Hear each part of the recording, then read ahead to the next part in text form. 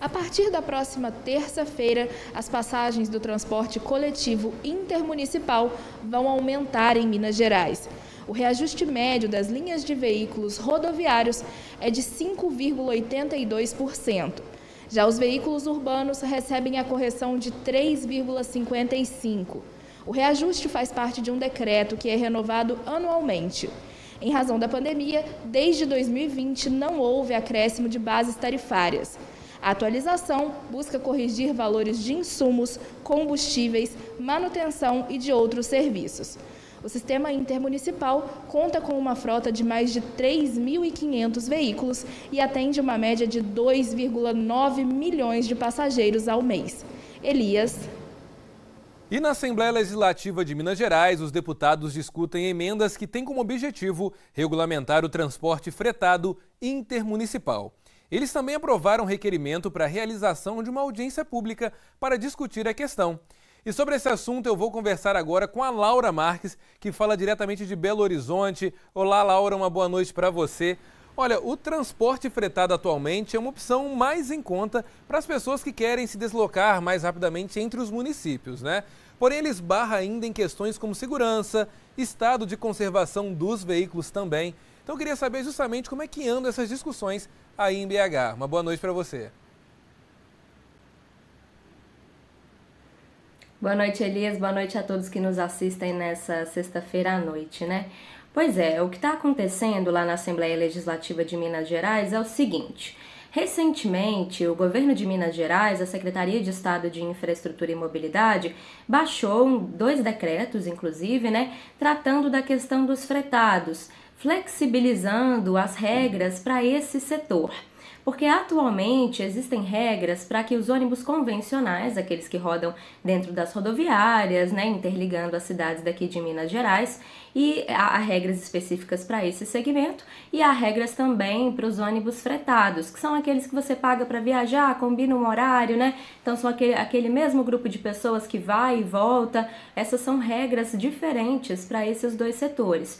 E aí a Assembleia Legislativa tem um projeto de lei que está em discussão e causando muita polêmica, inclusive, né? Exatamente para tentar enrijecer as regras voltadas para os coletivos intermunicipais, que são esses das rodoviárias, os convencionais, né? Quem está acostumado a viajar aqui no interior de Minas Gerais, como eu, que sou de Patos de Minas, moro aqui em Belo Horizonte já tem mais de 10 anos, então estou acostumada sempre a ir para minha cidade natal, né? Com muita frequência. E sei que os valores das passagens muitas vezes são salgados, né? Em alguns casos pode ficar até mais barato ir para o Rio de Janeiro de avião do que viajar aqui dentro de Minas Gerais. A gente ouviu a Maria Elisa falando desse reajuste, né? E aí a passagem mais barata é entre Pedro Leopoldo e Matozinhos, que é no valor de R$ 3,70, realmente bem baratinho, aqui na região metropolitana de Belo Horizonte mesmo, mas a passagem mais cara é entre Montes Claros e Uberaba. Sabe quanto é, Elias? R$ 333,50. Bem caro viajar aqui dentro do estado de Minas Gerais. E aí, essa questão que está sendo discutida na Assembleia, o principal ponto que a gente tem que observar aqui é porque existe uma empresa de aplicativo de ônibus que começou a operar aqui em Minas Gerais recentemente, tem poucos anos. É a Buser, uma empresa que atua, assim como a Uber, a 99 atua dentro das cidades. A Buser oferece viagens por meio de aplicativo, né, marcando essas viagens através de um aplicativo. Então funciona da seguinte forma: o passageiro entra no aplicativo, verifica se tem uma viagem marcada para o horário que ele quer e aí as pessoas vão aderindo àquela viagem. A viagem só é confirmada a partir do momento que existe um número X, né, um número mínimo de passageiros. Com esse mecanismo, a empresa consegue reduzir o risco, né, eliminar o risco de quando as viagens não acontecem. É por isso que muitas vezes as passagens das empresas de ônibus convencionais ficam mais caras, porque as empresas precisam garantir que mesmo quando não tiver um número mínimo, né, para garantir aquele lucro, as outras passagens que já foram compradas num valor mais alto vão compensar aquilo. Mas a Buser, com esse formato, né, através da marcação por meio de aplicativo e a viagem só sendo confirmada se tiver um número mínimo de pessoas, faz com que elimina esse risco, né, da empresa não conseguir um lucro, e aí, ao mesmo tempo, as passagens são muito mais baratas do que o valor dos ônibus convencionais. Esse projeto de lei que está sendo tratado lá na Assembleia visa enrijecer, né, tornar mais rígidas as regras para os ônibus, exatamente com o objetivo de tentar impedir a circulação de empresas como a Buser, porque isso gera um certo impacto para as empresas de coletivos convencionais que dizem: nós estamos aqui operando com várias obrigações, por exemplo, com horário marcado, né, pagando taxas para o governo do estado, é necessário que essas empresas precisam passar por uma concorrência pública, né, para conseguir ter direito a operar essas linhas. E aí entra a Buser sem todas essas obrigações e oferecendo um serviço muito mais barato, né, para os passageiros. Isso gerou muita polêmica, então por isso deputados colocaram essa questão em pauta lá na Assembleia. Em 2 comissões, essas regras mais rígidas, né, que poderiam tirar a Buser de circulação aqui em Minas Gerais, esse projeto já está pronto para ser votado em plenário, em primeiro turno. E tem causado muita polêmica, inclusive porque também afeta os fretados, né? Como vocês tinham falado. É como se esse projeto de lei colocasse os fretados e a Buser, todo mundo mais ou menos no mesmo arcabouço, né? Então inviabilizaria a atividade de muitas empresas de fretados também. Essa é a questão que está em pauta na Assembleia nesse momento, Elias e telespectadores. E aí isso ainda vai dar muito pano para manga. Esse assunto ainda vai a plenário em primeiro turno e depois volta para as comissões para ser votado em segundo turno.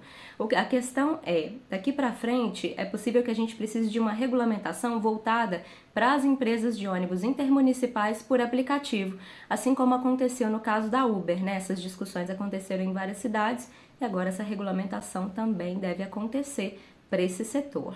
Elias. Pois é, Laura, algumas questões me chamaram bastante atenção no meio dessa discussão toda, né? A primeira delas é a seguinte: quando a gente vai falar sobre melhoria do transporte coletivo, melhoria do transporte entre os municípios, nós sabemos também da burocracia, né, por parte que as empresas precisam cumprir, mas temos também a demanda dos passageiros. Existem cidades pequenas, por exemplo, que se você não sai em um horário do dia, você não vai mais sair da cidade. Né? Se você quiser sair de ônibus, você não vai conseguir. Você tem que esperar um outro dia, um horário muito mais tarde, para você poder se deslocar. E um outro ponto curioso é o seguinte: por que essa passagem ela sai mais barato, por exemplo, quando nós falamos sobre a Buser, e não com os ônibus já convencionais? Ou tem muita obrigação desnecessária, ou há realmente aí uma questão a ser entendida, porque como é que você paga muito mais barato por um serviço que ainda está para ser regulamentado e você paga muito mais caro por um que todo mundo sabe que é essencial? Não é? Então, eu acho que a gente tem que acompanhar sim essas discussões, precisamos entender. A gente teve, né, no Brasil essa discussão sobre os aplicativos, que durante muito tempo chegamos a esse debate, né, e por fim foram liberados. Por que ficar também circulando apenas nos meios tradicionais? Por que não deixar também que esses serviços, os profissionais que precisem dele, também possam trabalhar? Não é? A gente tem tantos motoristas de ônibus no estado que fazem um trabalho belíssimo, por que não também dar a esse setor possibilidade de crescimento? Afinal de contas, as viagens ficaram paradas por causa da pandemia. Nós tivemos muitas alterações nesse período do ano, né? Com todo o cenário também político que nós já estamos vendo, acompanhando e discutindo aqui no Diversa em Rede, também é impactante para eles, que gastam também combustível, enfim. É uma situação que precisa ser incluída todos os protagonistas dela, né? Tanto os motoristas, mas também a população. Afinal de contas, ela também espera aí uma resposta das nossas autoridades. Laura, muito obrigado. Daqui a pouco eu volto a falar com você.